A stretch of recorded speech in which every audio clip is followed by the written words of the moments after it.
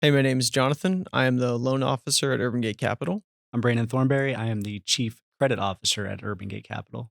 Brandon, maybe a lot of the people watching this know, maybe they don't, but you've been an investor in Nashville since 2005. 2005. 2005. Yep. So Brandon's been doing this for a long time, and obviously Nashville for has just had a lot of secular growth, a lot of people moving, a lot of business growth. The entire city has just generally been on an uptrend. And a lot of people who have kind of cut their teeth in real estate investing in Nashville are used to a optimistic market, a positive market. Yep. And I think a lot of people have also had the market save them from bad deals and have formed a lot of habits around that. Now, I mean, as of now, the Nashville market is steadying out. It's not necessarily declining a lot, but I think everyone would agree that the environment has changed and the mentality that borrowers have going into the future should probably be different than the habits they've formed in the past. What are some of your thoughts around if you're a real estate investor, if you're doing flips or wholesales or anything like that, how would you approach the current environment differently than the way you're used to approaching it since you started investing? Yeah, that's a great question. A couple things come to mind. I do really like what you said about the market kind of saving some deals because I can think of one deal specifically that I did that the renovation budget just way exceeded what we thought, but the market really saved us because it trended up. So that'd be one thing I'd be really careful of. But a couple of other things come to mind.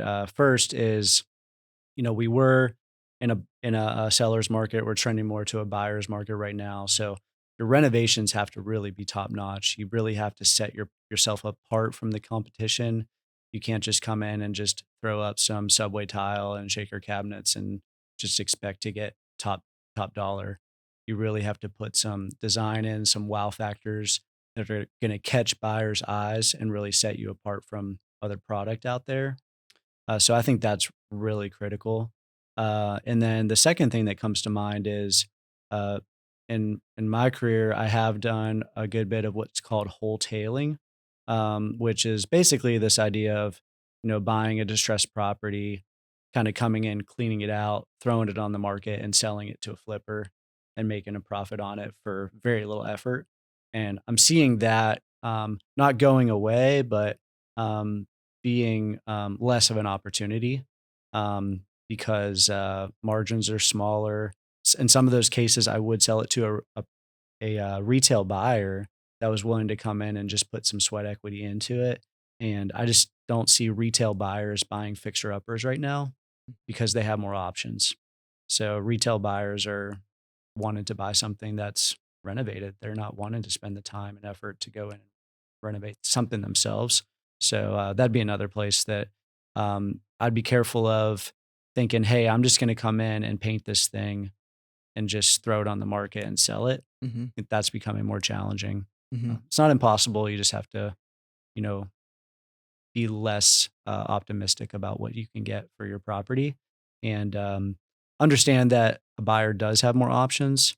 And so they might come in and do an inspection and they might want you to fix a bunch of things. So Hmm. becoming more of a buyer's market and you need to be aware of that. I had a pretty interesting experience recently at a rent event in Nashville where I think it was the day after Will showed me data on inventory in Nashville had gone up 14% month over month.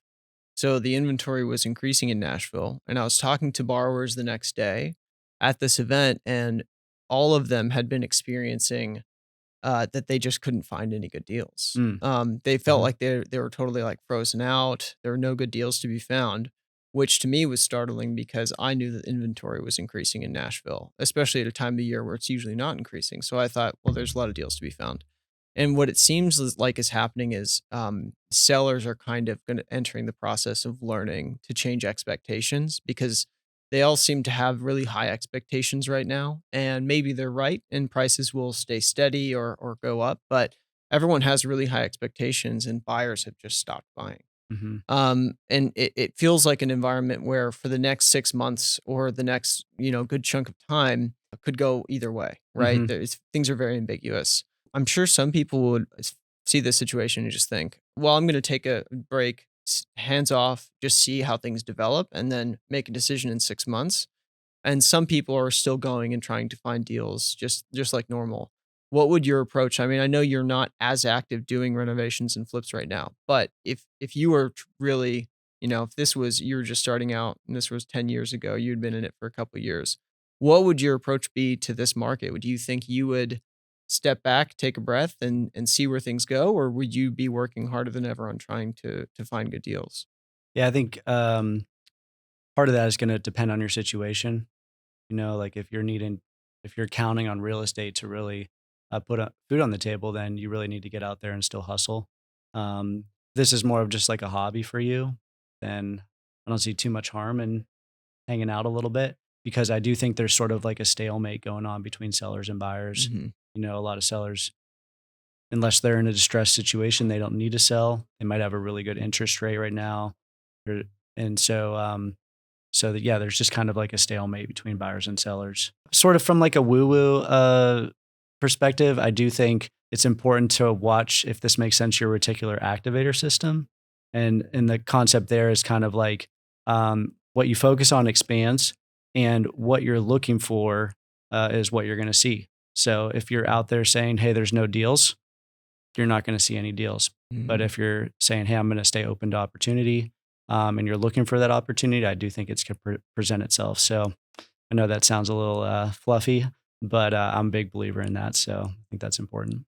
Well, Brandon, thanks so much for answering all these questions. Thank you for watching. If you're interested, go to our website, urbangatecapital.com, and click invest or borrow.